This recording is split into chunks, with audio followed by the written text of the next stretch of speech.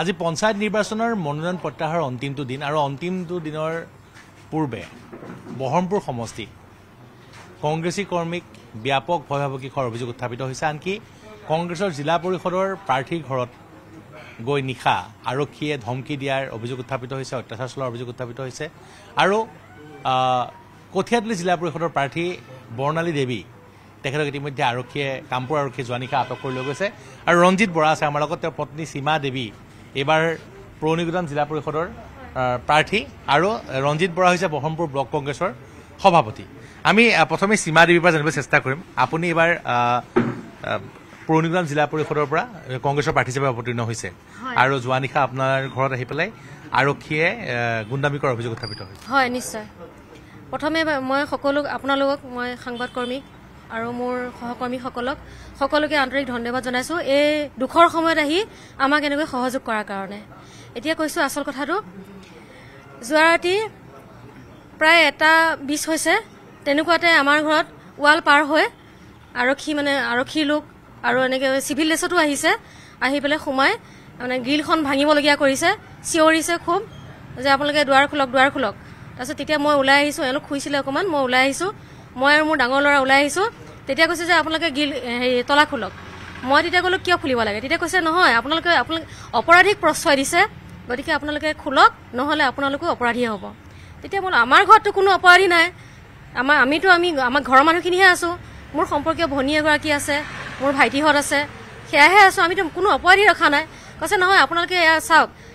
কৰিমুদ্দিন নে কিবা এটা ক'লে তেওঁলোকে হেৰি দিছে মানে কেছ দিছে আপোনালোকে অপৰাধী পুহি ৰাখিছে গতিকে আপোনালোকে এৰি দিয়ক বৰ্ণালী দেৱীৰ কথা কৈছে তাৰপিছত হয় তেওঁ কঠিয়াতলী জিলা পৰিষদৰ প্ৰাৰ্থী তাৰপিছত কি কৰিলে মই ক'লো নাই মই এতিয়াতো দুৱাৰ খুলিব নোৱাৰিম তলা খুলিব নোৱাৰিম আৰু যেতিয়া ৰাতিপুৱা হ'ব তেতিয়া মই তলা খুলি দিম কৈছে নহয় আপুনি যদি তেনেকৈ তলা খুলি নিদিয়ে জোৰ জবৰদস্তি হ'লে আপোনাৰ মানে গৃহত প্ৰৱেশ কৰি আমাৰ এইটো অধিকাৰ আছে গতিকে আমি লৈ যাবলৈ বাধ্য হ'ম তেতিয়া মোৰ ডাঙৰ ল'ৰাই কৈছে আপোনালোকেতো এনেকৈ জোৰ জবৰদস্তি তলা খুলি পেলাই বাধ্য কৰাব নোৱাৰে কৈছে তুমি আইন নাজানাহে তুমি কি আইন জানা এনেকৈ কৈছে মোৰ ডাঙৰ ল'ৰাক কৈছে তাৰপিছত মই তাক মনে মনে থাকিবলৈ ক'লোঁ তেতিয়া মই বোলো হ'ব বাৰু মই খুলি দিম কিন্তু মই 4টা বজাতহে খুলি দিম তাৰপিছত কৈছে হেৰি দিয়ক পানী দিয়ক কিবা কিবি মই দিছোঁ তেওঁলোকক যোগান ধৰিছোঁ কিন্তু মই ভিতৰৰ পৰাই তাৰপিছত 4টা নাবাজোঁতে আমাৰ গাঁওবুঢ়া আহিছে গাঁওবুঢ়া পদুম বৰাদেৱ আহিছে পদুম দাই বাহিৰৰ পৰা চিঞৰিছে সীমা আহা মইহে আহিছোঁ গেট খুলি দিয়া মই বোলো দাদা 4টা নবজালৈকে আপুনি আহিলেও মই গেট খুলি নিদিওঁ কাৰণ আমাৰ জীৱনৰ নিৰাপত্তাৰ কথা আছে কিয়নো আমি ভয় ভাবুকিৰ সন্মুখীন হৈছোঁ আৰু বেছিকৈ আমি কিয় ভয় খাইছিলোঁ কাৰণ যোৱাকালি ভাটিবেলা আমাৰ এজন কাউন্সিলাৰ কেণ্ডিডেট ইন্দ্ৰমোহন বৰাক তেওঁলোকে মানে নিষিদ্ধ সামগ্ৰী আমি শুনিবলৈ পাইছোঁ নিষিদ্ধ সামগ্ৰী তেওঁ মানে বেগত ভৰাই তেওঁক ইতিমধ্যে মানে তেওঁলোকক সহযোগ কৰিবলৈ বাধ্য কৰাইছে গতিকে আমি বহুত ভয় খাইছিলোঁ আমি ৰাতি আমাৰ চিচি কেমেৰা লগোৱা হৈ আছিলে আমি তাত চাই আছোঁ তেওঁলোকে মানে গোটেই 6-7খনমান গাড়ী আহিছে আৰু প্ৰাইভেট গাড়ী 2খনমানো ঘূৰি ফুৰিছে আমি দেখি আছোঁ আৰু তেওঁলোকে ঘূৰি ফুৰি মানে লাষ্টত গৈ কি হ'ল আমি অৱশ হৈ গৈছোঁগৈ মানে তেওঁলোকৰ ইমানে চোকা মানে ভাষা প্ৰয়োগ কৰিছে অৱশ হৈ গৈছোঁ অৱশ হৈ যোৱাৰ পিছত আমি 4টা বজাত তেওঁক মানে বাহিৰলৈ উলিয়াই আনিছোঁ আৰু নিশ্চয় ৰঞ্জিত বৰা আছে বহৰমপুৰ ব্লক কংগ্ৰেছৰ সভাপতি যি বহৰমপুৰৰ যি বৰ্তমান জিলা পৰিষদৰ দুগৰাকী প্ৰাৰ্থী আপোনাৰ পত্নী এগৰাকী প্ৰাৰ্থী পৰিণাম জিলা পৰিষদৰ আৰু আপোনাৰ সম্পৰ্কীয় বৰ্ণালী দেৱী তেওঁ যে কঠিয়াতলী জিলা পৰিষদৰ প্ৰাৰ্থী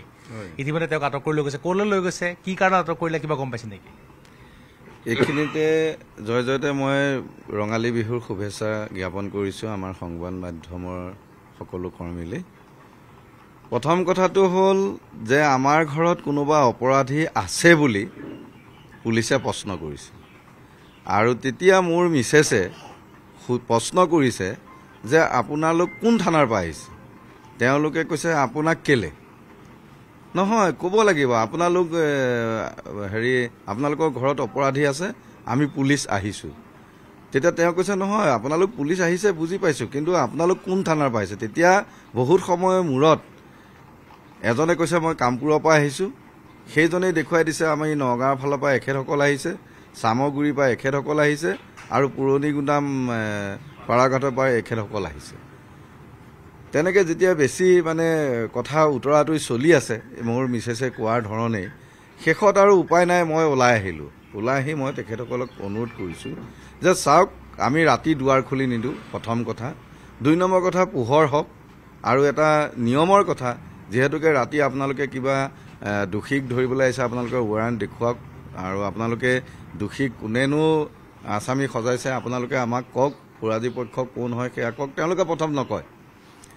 ৰাতিপুৱা 4টা বজাত আমাৰ সন্মানীয় গাঁওবুঢ়া পদুম বৰাদেৱ আহিছে তেখেত অহাৰ কাৰণে আমি দুৱাৰ খুলিছোঁ আৰু তেতিয়া কৈছে যে কিবা এটা